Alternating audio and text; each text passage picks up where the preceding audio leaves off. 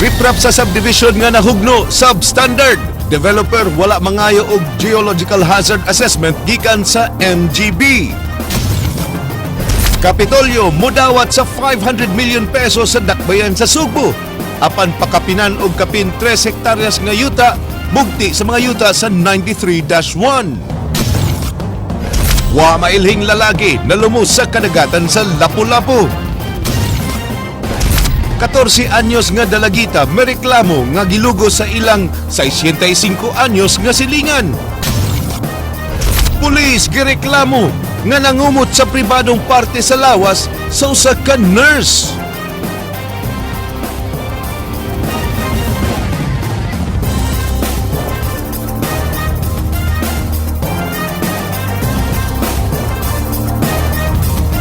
Maayong hapon Sugbo, Kabisayan. Ang Environmental Management Bureau muhimo sa ilang kaugalingon nga investigasyon sa nahitabong landslide sa riprap sa gitukod nga subdivision sa Tawason, Mandaue. Duha ka maragsuon ang dadatugan niini, usa niini namatay dihang natabunan ang ilang balay sa midahili nga yuta. Ang dugang kasayuran giaksyonan ni Leslie Caminade Vistil. Matud pa sa Officer in Charge Regional Director sa EMB, William Cunyado, nagpadayon ng ilang gihimong investigasyon sa nitabo sa Sebastiana Subdivision sa Barangay Tawason, Dakbayan sa Mandaue. Ilang gisusi kung doon na ba'y kalapasan ang developer o wala matuman ang Environmental Compliance Certificate. Verify nato kung unsay status sa unsay nitabo yun ba. At the same time, ipamonitor sa nato ang ilang ECC condition compliance. So within this week, we can come up a investigation report. So out of that, then we'll kanawang taon siya nga ito buhaton out of the findings. Maapil usab sa ilang investigasyon ang Mandaue City Government tungod kay matud niya kini ang muisyu og mga permits kung ugaling adunay ipahigayng construction sa ilang dakbayan. Matud sa ni Cunyado, posibilidad nga muisyu sila og work stoppage order batok sa developer tungod sa nitabong pagdahili sa yuta nga mitabon sa usa ka balay. Posible na siya. Kung tanaw nato nga there's something wrong with their kanang findings nila. Kanay mga itawag nato threat to life, endangers to life. So kung naana siya din, we will have to issue for that. Sa pagdahili sa riprap, natabunan ang managsuong karikitan, di namatay si Vicente Karikitan Jr., 13 anyos, ug naangol sab ang maguwang niining si Vladimir. Alang sa Aksyon Bisaya, Leslie Caminade Vistil. Substandard ang riprap nga nahugno sa subdivision sa Tawason, Mandaue, sumala sa DENR. Nasayran nga wala mo request ang nagtukod sa subdivision sa Engineering, Geological and Geohazard Assessment gikan sa Geosciences Bureau. Ang mga kalambuan giaksyonan ni Ryan Sorote. Migawas sa pakisusi sa Department of Environment and Natural Resources 7 nga substandard ang pagkabuhat sa riprap nga nahunlak sa Villa Sebastiana sa Barangay Tawason sa Dakbayan sa Mandaue. Matud sa DENR 7 nga igo lang gipatong ang riprap nga way kabilya nga ngayontang ipatapot sa bedrock. Kini aron makapugong sa gipatag nga bungtod nga moy tukuran sa subdivision. Gawa sa substandard nga riprap, nasulod sa hazard map sa buhatan ang Barangay Tawason ug ang nahimutangan sa gitukod nga subdivision ug usa kini ka landslide prone area. Gitumbok nga triggering factor sa pagkahunlak ang klase sa yuta ug ang kakusog sa uwan niadtong Domingo. Ang landslide susceptibility rating nato is from moderate to high. Unsa may implication niya? Dunay Environmental Compliance Certificate ng proyekto apan nasuta nga wa kini ma-request og Engineering, Geological and Geohazard Assessment gikan sa Mines and Geosciences Bureau. Nagpasabot kini nga wa pa masusi sa mga geologists sa DENR 7 ang nahitabuan aron unta mohatag og mga mitigating measures paglikay sa landslide pinaagi sa paghimog lig-on nga riprap. Magtagbo usab ang Technical Working Group nga langkuban sa Environmental Management Bureau ug MGB aron susihon kung dunay nalapas ang developer sa 17 ka mga probisyon sa ECC nga gi-issue sa DENR. Sa matag malapas nga probisyon sa ECC, multahan ang developer og tag 50,000 pesos uban sa pasalig nga ilang makomply ang maong violation. Ang purpose mong good sa Engineering, Geological and Geohazard Assessment or EGA aron makita na to unsay epekto sa physical environment or unsay naa sa physical environment nga makahatag og impact sa kining subdivision. Ikordon una sa DENR ang dapit nga pabarugan og billboard nga nagpahimangno sa mga residente nga landslide zone ang dapit nga planuhan unta nga tukuran og 118 ka mga housing units. Alang sa Aksyon Bisaya, Ryan Sorote. Provincial Capitol nagpadana og counter proposal sa buhatan ni Cebu City Mayor Michael Rama sa plano niini nga pagpalit sa mga luna sa gipadadatahan sa Kapitolyo sa namuyo niini. Dawaton sa Kapitolyo ang 500 million pesos apan ipaapil sad sa bayad ang kapin 3 ka ektarya nga yuta sa may SM City Cebu nga mobalor og 1.3 billion pesos. Ang aksyon sa negosyasyon gisunda ni Jinky Rosit. Sa counter-proposal nga gipada sa Provincial Capital nga sa buhatan ni Mayor Michael Rama, ilang gipaybaw nga base sa nakabot nga kasabutan sa mga opisyalis sa Kapitolyo, kuwang ra ang 500 million pesos nga tanyag sa City Hall alang sa mga provincial lots. Sa report sa Technical Working Group, ang wa mabayri nga mga yuta sa 32 ka ektaryang luna adunay assessed value niadtong 2011 nga 2.9 billion pesos. Apan sumala sa report sa Technical Working Group sa Kapitolyo, ang most fair ug just compensation nga balor sa yuta alang kanila mobalor og 1.8 billion pesos. Ang katong 500 na gi-offer is really not enough, no? Considering the value karon sa mga properties sa province-owned lots ang katong covered by 93-1. And so we said nga we andura kita counter proposal nga pun-e ninyo, ang 500 million. Sa counter-proposal nga gipada nilang Davide kang Rama, gisugyot nga gawa sa kwarta nga 500 million pesos, lagi usab nga ibayad ang 3.3 hectares nga yuta sa syudad duol sa SM City Cebu nga dunay current market value nga 1.2 billion pesos. Sa kawa piece of property ba nila sa SM katong which we recall was the property offered sa land swap unta ni atong 2005 or 2006. And some property as SRP. Malaumon si Davide nga dawaton unta ni Rama ang counter proposal nila aron hingpit nang matapos ang issue sa 93-1. We believe nga fair kini nga among gipangayo sa province, fair and just, no? Kay like Cebu City, ang province doon na po'y social responsibility sa iyang sa atong mga constituents, no? Alang sa Aksyon Bisaya, Jinky Rosit. Gipadadaan og final demand letter sa City Legal Office ang mga empleyado sa City Hall nga napakyas sa pagliquidate sa ilang cash advances sukad sa milabayng tuig. Ang kasayuran giaksyonan ni Ray Pasaporte.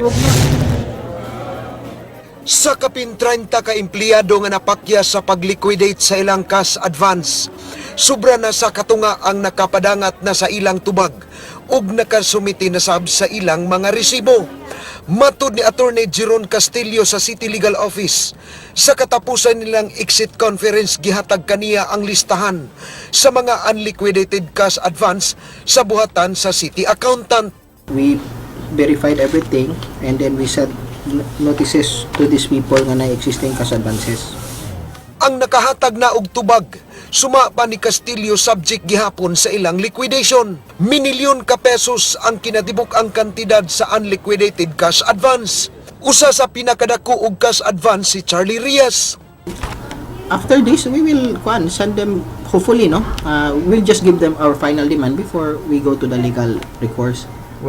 Matud niya nga kasagaran sa mga rason sa mga liquidating officers mao ang pagkawagtang sa mga resibo. Hinungdan dili na makaliquidate. Kung mapakyas ang empleyado sa pagliquidate, dunay administrative remedies nga ilang himuon batok sa mga empleyado. O withholding silang salary, silang mga benefits. Kana sakit na nadaan, no? If we withhold salary and benefits, diba? Sakit kaya na. So that would be good enough reason for them to comply. Kaya amo manginon, if you will not, then we will have to do this. Administrative remedies. Subay sa guidelines sa kuha ang Executive Department mahimong maka-withhold sa suhulan sa usa ka empleyado nga napakyas sa pagliquidate sa ilang cash advance. Alang sa Aksyon Bisaya, Ray Pasaporte.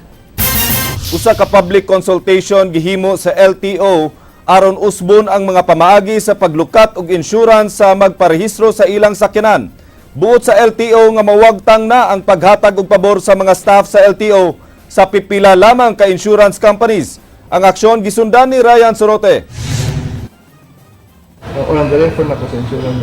Plano nga i-standardize sa Land Transportation Office ang compulsory third-party liability insurance sa pagparehistro sa mga sakyanan.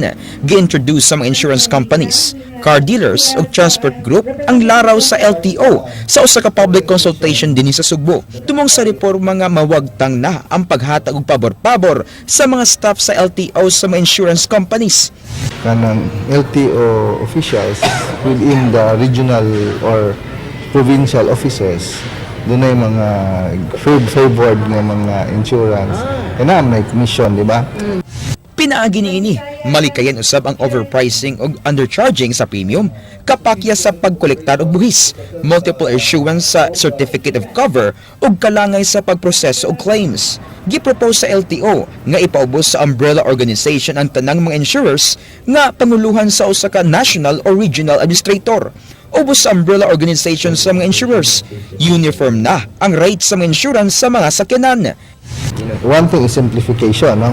Simplify nimo para di na kanumitag insurance, no?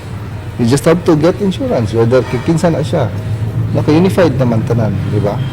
Gipahigayon usab ang mga consultation sa Clark sa Luzon, Davao sa Mindanao ug ang consultation sa National Capital Region sa September 18. Ang Insurance Commission na ang mabana-bana sa rates sa matag insurance nga itanyag sa mga insurance companies. Pagkakaron, natungang opinyon sa mga stakeholders ug ang uban, tun-an pa ang proposal sa LTO. Alang sa Aksyon Bisaya, Ryan Sorote. Bag-ong Regional Director sa Bureau of Fire Protection nagtinguha nga makabaton og tag-usa ka fire trucks ang 13 ka mga LGUs nga hangtod karon nagsalig lang sa kasikbit nga mga lungsod sa higayong dunay sunog nga muigo sa ilang lugar. Ang detalye giaksyonan ni Jinky Rosit. Hangtod karon 13 pa ka mga LGUs lukop lalawigan sa Sugbo ang way mga fire stations nga mauntay usa sa labing gikinahanglan sa matag munisipyo. Matud sa bagong hepe sa Bureau of Fire Protection 7, tinguha nila nga ang matag lungsod magbato na og fire trucks, labi pa nga dunay umaabot nga 80 ka fire trucks ang ipangapod-apod ang DILG lukop nasod. Nasutang ang way mga fire stations gilangkuban sa Santander, Alcoy, Ronda, Alcantara, Alegria, Badian, Sambuan, Asturias, Pilar, Tabugon, Bourbon, Santa Fe ug Madridejos. Makadawat lang sila og fire truck kung duna sila'y lote nga kabutangan niini. Prioritize na siya. First priority ang katong na blood donation.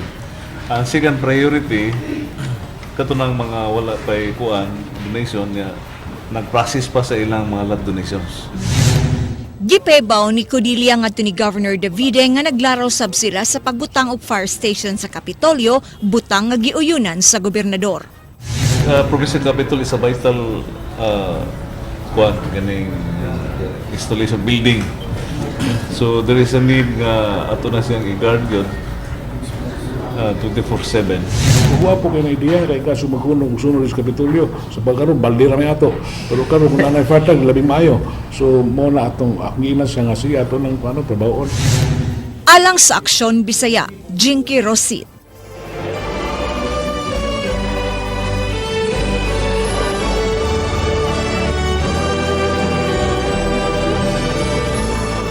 Mga delegado sa International Eucharistic Congress pasagdan ra sa gusto nilang buhaton samtang anaa sila sa Sugbo.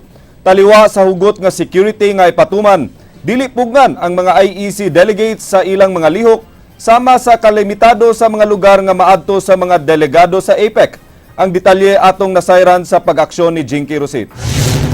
Giklaro sa Accommodation Committee sa IEC nga di nila kontrolado ang mga lakaw sa ilang delegado.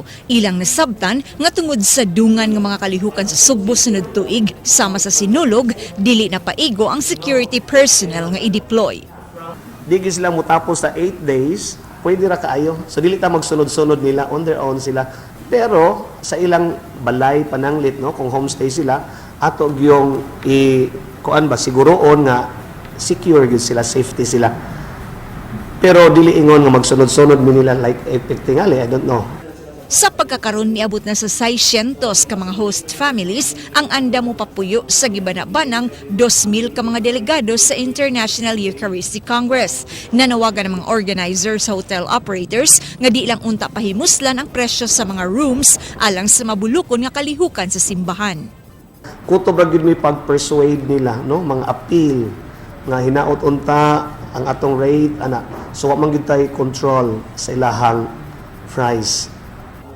Alang sa Aksyon Bisaya, Jinky Rossi. Publiko giawhag sa Department of Health nga dili magmantiner sa baratuhon nga tambal aron dili mosamot ang gihambin nga sakit. Gisaulog sa DOH ug Food and Drug Administration ang Generics Month. Ang mga kasayuran giaksyonan ni Ryan Sorote. Ipalingon ang manufacturing. Gikalarma sa Department of Health ang pagkatap sa mga fly-by-night drug manufacturers o distributors sa mga di kasaligang matambal. Matod sa DOH-7, daghan na sila nadawat nga report nga magagmay nga mabutika nga baligyaan og mga baratohon nga matambal. Pahimangno sa DOH sa publiko nga di magmantener sa mga barato o pandepektibo nga mga tambal nga posible pa nga makapasamot sa mga sakit sa pasyente. Matod ni DOH-7 Director Jaime Bernadas, kinahanglan nila ang partisipasyon sa publiko sa pag-ila sa mga namaligya sa mga baratohon nga matambal aron ila kining masugpo o masilutan. Is this a serious problem? This is a very serious problem. Because medicines per se should be at the highest quality based on the standards set by the Food and Drug Administration. Kung nagduda sa gipalit nga tambal, mahimong ma-check sa website sa Food and Drugs Administration aron masusi nga misubay kini sa standards sa FDA. Matod ni Bernadas nga gibuhat sa FDA ug DOH ang tanan aron masiguro nga luwas ang tanang mga tambal nga mapalit sa mga butika apan dun na gyoy mga salawayon.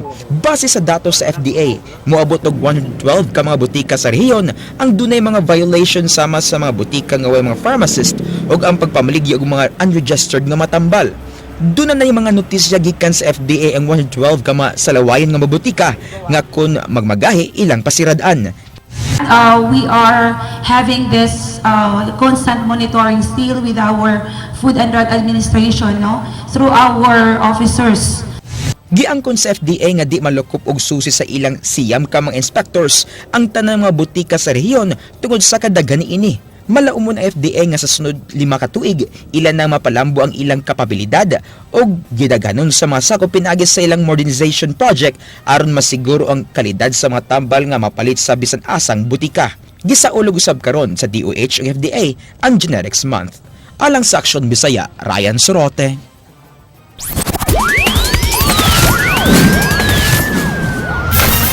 Patay ang usa ka 2 anyos nga batang babay human kini gidagmal sa kapuyo sa iyang inahan sud sa ilang panimay didto sa lungsod sa Minglanilla. Nagsunod sa aksyon si Ray Pasaporte. Igo na lang sa pagmahay sud sa selda sa Minglanilla Police Station si Nicodemo Perales Diloy 30 anyos. Human siya gipasanginlan, midagmal hangtod sa napatay niya ang 2 anyos nga batang babay nga anak sa iyang kapuyo niadtong Domingo sa hapon. Sulod sa ilang Pinoy-anan sa sitio Panaghiusa sa Barangay Tunghaan. Iyang giangkon nga nadapatan niya ang 2 anyos nga batang babay nga si Ritsan Len Donaire, anak sa iyang kapuyo nga si Aileen. Nahitabo ang pagpangdagmal dihang sila ra sa bata ang nahabilin sa ilang Pinoy-anan tungod kay milakaw si Aileen aron sa pagpangita og kwarta alang sa nasakit niya nga anak. Wa na matud pa siya kapugong dihang nagpabadlong pagyud kini. Napatan ako ang bata ato nabunog, then pagkagabi pag uli sa iyang mama nikaon pa to, pagkabot niya natog ba nikaon pa to, may patong kaon. Gikan naglalis ang sospek ug ang inahan sa bata nga si Aileen. Sawa pa ang insidente. Milakaw si Aileen ug sa iyang pag-uli. Gitug-an ni Diloy nga nadapatan niya ang bata apan wa niya kini panumbalinga. Kagahapon sa kadlaw na nila nadiskubrihi ngawa na'y kinabuhi ang batang babay. Yun siya, ikapa ang bata. Ikapa niyon siya? Patay na.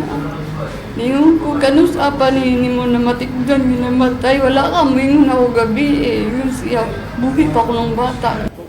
Gihimakak ni Diloy ang pasangil nga gisud niya og sako ang bata og suway nga gilubong. Di sab kuno tinuod nga giparok niya sa bungbong ang ulo sa bata nga maoy hinungdan sa kamatayon niini. Kaon, aong ilisan ipakaon din. Mo ba kaloy? Nay kaloy. Hindi mo anak. Naam kay kaloy sir kay dayon kay kung wala kuy kaloy sir. Siguro di pa to abtan og kuan napang kuan lang mo sir ba. Wala wala ko sa kalibutan na ngayon atong kasi pero mosuyop ka. Giangkon hinuon sa suspek nga tigamitan siya og gidili nga droga apan ni adtong higayuna. Wa siya makagamit og shabu. Igo na lang sa pagmahay ang dinakpan. Dili man sad kaya sa akong konsensya nga magpakabuhi nga amukon kog mayo mas o pili man ba nako nga dawaton ako sa angay nako kay sa man ako. Ginanton ako ang mga kalimutan. Puro labagan na yun. Para ni mo dili unta kaangay nga i-appeal og file kaso sa mga pulis. Ila kong gigalab diri apel kay wala ko motibo dito, wala ko istorya nga mauna. Si Chief Inspector Richard Gadingan Hepes sa Minglanilla Police Station nagkanayon nga ilang giapil sa pagdakop ang inahan. Human kini mapakya sa pagpahibaw kanila sa hitabo. Actually, ang iyang mostly sa damis, ang nawawang dire. Duda ko mga bunog na dire sa iyong nawang katanto mga banghe. Siyempre, mabunol ka dire. Mulakman mo sa mga naw. Kasong parricide og murder ang ipasaka sa kapulisan. Karong hapon batok sa mga dinakpan. Alang sa Aksyon Bisaya, Ray Pasaporte. 14 anyos nga batanon may reklamo nga gilugos sa ilang 65 anyos nga silingan. Ang suspect na sikop pinaagi sa usa ka warrant of arrest human pasakay og kaso sa korte. Ang mga kasayuran giaksyonan ni Leslie Caminadi Vistil. Pastos jud kaayon tawhana, tigulang na way buot. Baboy jud siya kaayo. Wa magdahom ang inahan sa 14 anyos nga batang babaeng gikatahong gipahimuslan sa makaduhang higayon sa kanhi usa ka award-winning painter. Si Antonio Ilanan, 65 anyos, gipasangilang mipahimus sa 14 anyos nga batang babae nga ilang silingan sa Banawa, Barangay Guadalupe. Matud pa sa biktima, unang higayon nga gipahimuslan siya ni Ilanan niadtong buwan sa Hunyo sa miaging tuig. Dugang pa sa biktima nga paingon siyang mamalit og ice dihang miagi siya sa tungod sa vulcanizing shop ni Ilanan og didto kalit siyang gibunlot og gidala sa van ug didto hingpit gyud nga nakuha ang iyang pagkababay. Human sa pila ka buwan, nasundan na sab ang maong panghitabo niadtong buwan sa Oktubre sa miaging tuig. Diin hina nakadesider ang minor de edad nga mosulti na sa iyang ginikanan. Mutuwa ko kabantay na day siya. Gibunlot din ko niya. Iya din gablihan ang van niya. Gibunlot dayon. Muto yung gisiradaan. Nakasyagit? Mga itabang? Nakasyagit ko pero wako sa ko kabaw kung nabay nakadungog. Kay mingaw man. Apan kung si Ilanan ang pasultihon, way kamaturan ang tanan. Matud niya, gibutang-butangan lang siya og sala sa minor de edad kay nasuko kini kaniya tungod sa iyang pagtug-an sa inahan sa biktima, kalabot sa pag-abot-abot sa biktima og sa iyang uyab. Matud pa sa inahan, migawas sa resulta sa eksamen sa biktima nga nahilabtan gyud ang iyang anak. Siya may buhat na namin, maram tagoy buot. May tag... Imo ko nang giya ko ng armas ng pagkitabuha. Kabinuha na wam kay may armas ko sa kabuok. Ato na kang armas, bras. Pintal. Dili kay ingon nga giapog. Kung may lakin lang masangil no. Yawa ko nila gud. Na-proven gito nga gilabdan siya, ma'am. Oh, nagi kuan dito nga gilabdan siya kay nagisi man yang hymen duha ka kuan gisi. Oh. Nya gipangutana siya nako kanang may gani kay wala ka na buntis ti. Ingon siya, giputos magsilupin ma. Nga humok. Wa man siya kay balo kung say kondom. Nadakpan si Ilanan kagahapon sa hapon sa sugtungan dakbayan sa Lapu-Lapu. Human siya malutsi og warrant tungod sa 2 counts of rape nga gipasaka sa biktima. Tungod sa maong panghitabo, ang biktima wa nay salig og gani kada lakaw niini, magpauban na siya siyang igsuon ilabi na ini kagabi. Pero mahadlok na kabugawas siya kagabi. Mugawas ko, magpakuyog ko sa kong mangod. So natutulan na mo dito sa may Lapu-Lapu. So nga to nga amo sa gisurvey pila ka adlaw naabig siya. So karong adlaw nakita na mo karon gi-serve na mo ang alias warrant nga gi-issue sa duha ka judge kay 2 counts ang rape may gi-file ning akusado karon. Alang sa Aksyon Bisaya, Leslie Caminadi Vistil.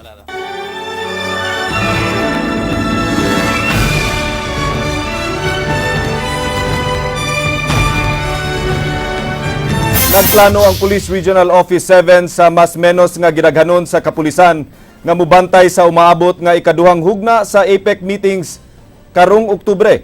Ang mga kasayuran giaksyonan ni Leslie Caminade Vistil.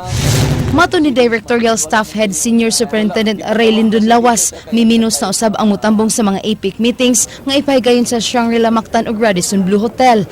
Sa duha na lang ka areas ma-focus ang security ug mas gamay rasab ang mga police personnel ang i-deploy kaysa miaging APEC Summit. Tungod niini, mga pulis na lang gikan sa Sugbo ang ilang gamiton sa security. Although we will start to deploy mga 5 days ahead of schedule. Kay the participants will start to come as early as October 5, October 6. But we will try to see and plan out for the needed personnel, and we are expecting that maybe this time around it will be lesser in number. Ipatuman gihapon ang rerouting sa trapiko diin di una pagian og PUJ ang dapit kun asa gipahigayon ang mga meetings. Ila usab nga gisiguro nga dili na mahitabo ang pagkapalpak sa paghatag og pagkaon sa mga pulis. These are one thing that we will try to avoid yun. Mo nang naa sa early parts sa mong planning landaan karon, I have an earlier discussion. The administrative aspect is we're going to discuss that as early as within the week. Para we will not encounter the same problem as what we have encountered before. And we will try to improve also the administrative and the logistical requirements. Alang Saksyon Bisaya, Leslie Caminade Vistil.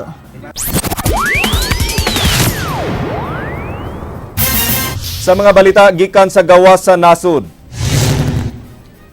12 ang patay ug laing napulo ang samaran dihang giatake sa military sa Egypt ang convoy sa mga turista nga nanuroy sa disyerto. Unom sa namatay mga Egyptians nga naglakip sa tour guide operator samtang ang mga survivors gidala sa hospital. Sumala sa Egyptian Interior Ministry, ang military nagukod og mga rebelde sa maong lugar dihang aksidente nga giatake ang mga turista nga naglakip sa mga taga Mexico. Apan sumala sa Egyptian Tourism Ministry, walay mga permit ang mga turista sa pagsuroy sa maong lugar. Sa Afghanistan, gatusan ka mga piniriso sa Afghanistan gipamuhian sa mga sakop sa Taliban. Ang mga Taliban nga nagsulob sa uniforme sa mga pulis may atake sa main prison sa Central Afghan City sa Ghazni. Ang mga insurgents may pabuto sa usa ka car bomb sa entrance sa prisuhan ug may atake sa prisuhan. Mga buto-buto sa armas ang nadungog human sa pagbuto sa car bomb.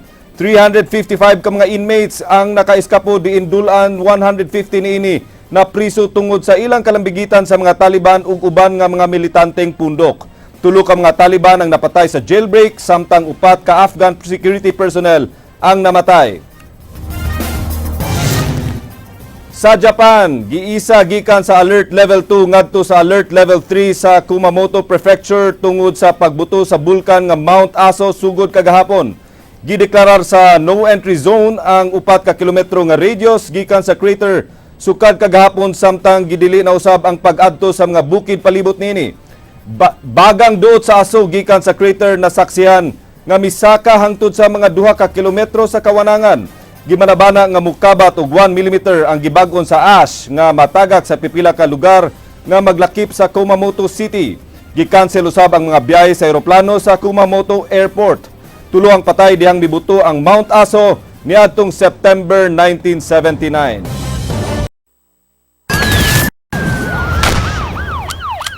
Itugyan ngadto sa Bureau of Immigration ang 69 ka mga Taiwanese nga nalambigit sa extortion sa mga negosyante sa China gamit ang internet. I-turn over sa Regional Intelligence Division ngadto sa Bureau of Immigration ang 69 ka mga Taiwanese ug Chinese nationals. Ang mga nadakpan nalambigit sa extortion sa mga negosyante sa China gamit ang internet. Matud pa ni Directorial Staff Head Senior Superintendent Ray Lindon Lawas, gipaygayon na usab karon ang training sa mga sakop sa gitukod nga anti-cybercrime group. Ang pundok mo itahasan sa paggukod ug pag-imbestigar sa mga krimen nga gihimo gamit ang internet. In a sense that BID have already filed a violation of immigration laws, so deportation proceedings are now being undertaken by the Bureau of Immigration. We would like to solicit the support of the community by being aware of what's going on within their immediate environment. And let's be very vigilant. If something unusual, uncommon that's happening within our environment, let's try to be very osisiro o sisira for the sake of maintaining the safety and security within our area. Usa ka pulis nag-atubang karon og reklamo human gipasangin lang nangumot sa pribadong parte sa lawas sa usa ka nurse sa unang hugna sa APEC meetings dinhi sa Sugbo.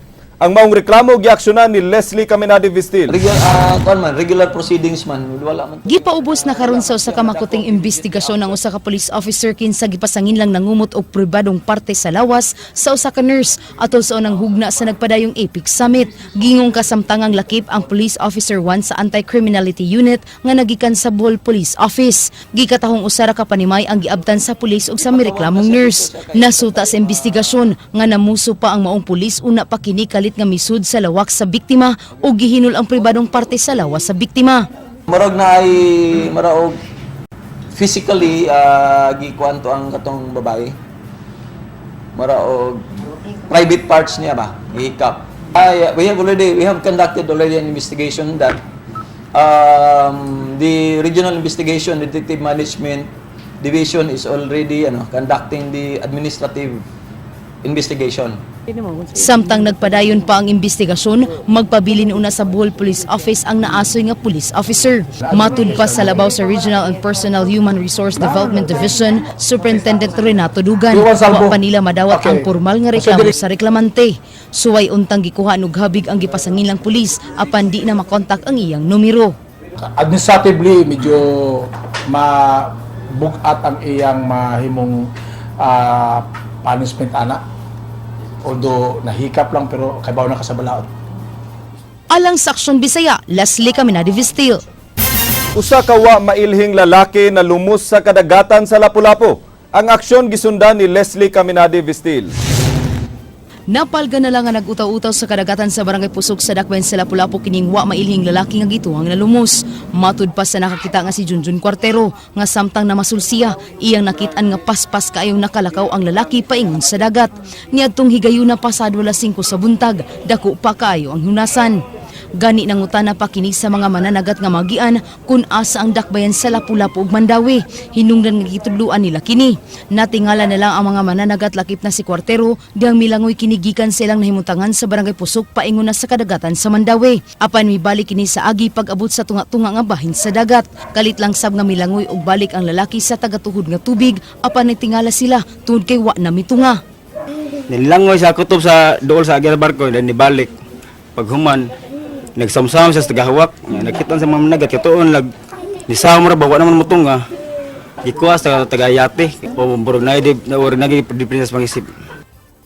Suway nilang gidala sa tambalanan ang lalaki apan gideklara kini nga dead on arrival. Dako ang pagtuon ni PO3 Luisito Ernest sa Lapu-Lapu City Homicide Section nga gibikugan ang biktima uba kaha gipatol tungod kay nagbuwa naman ang baba niini dihang ilang gihawas sa tubig. Padayon pasab silang nag-ila sa biktima tungod kay wa may bisan usa nga nakaila niini sa dapit. Ang posibilidad ato sa either gikraman siya or giatake mo tong onload siya nga lumos. Alang sa Aksyon Bisaya, Leslie Caminade Vistil.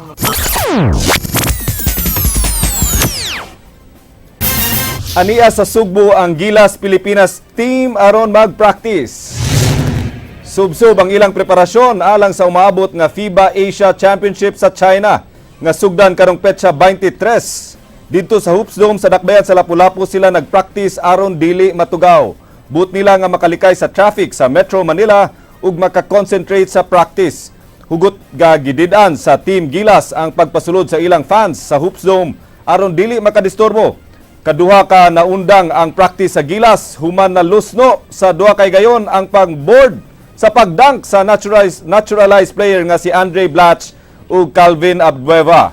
Ang pipila ka fans nga nakalusot sa Hoops Dome gidid-an nga makakuha og video gumikan kay ilang gi-practice ang ilang set play nga gamiton sa ilang duwa sa FIBA Asia Championships.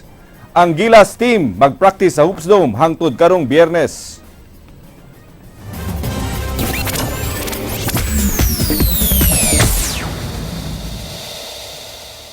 Ha Pilipinas Tuesday afternoon kaninyong tanan mga igsuon. Sugod kagahapon gihukad na sa publiko ang pinakabagong comedy series nga usa ka Filipino adaptation sa usa ka hit Korean novela ni atong tuig 2009. Directed by Ricky Rivero, ang My Fair Lady moabiba na sa telebisyon matag 9:30 sa gabi, Mondays to Fridays sa naginusarang Happy Network sa Pilipinas, ang TV5.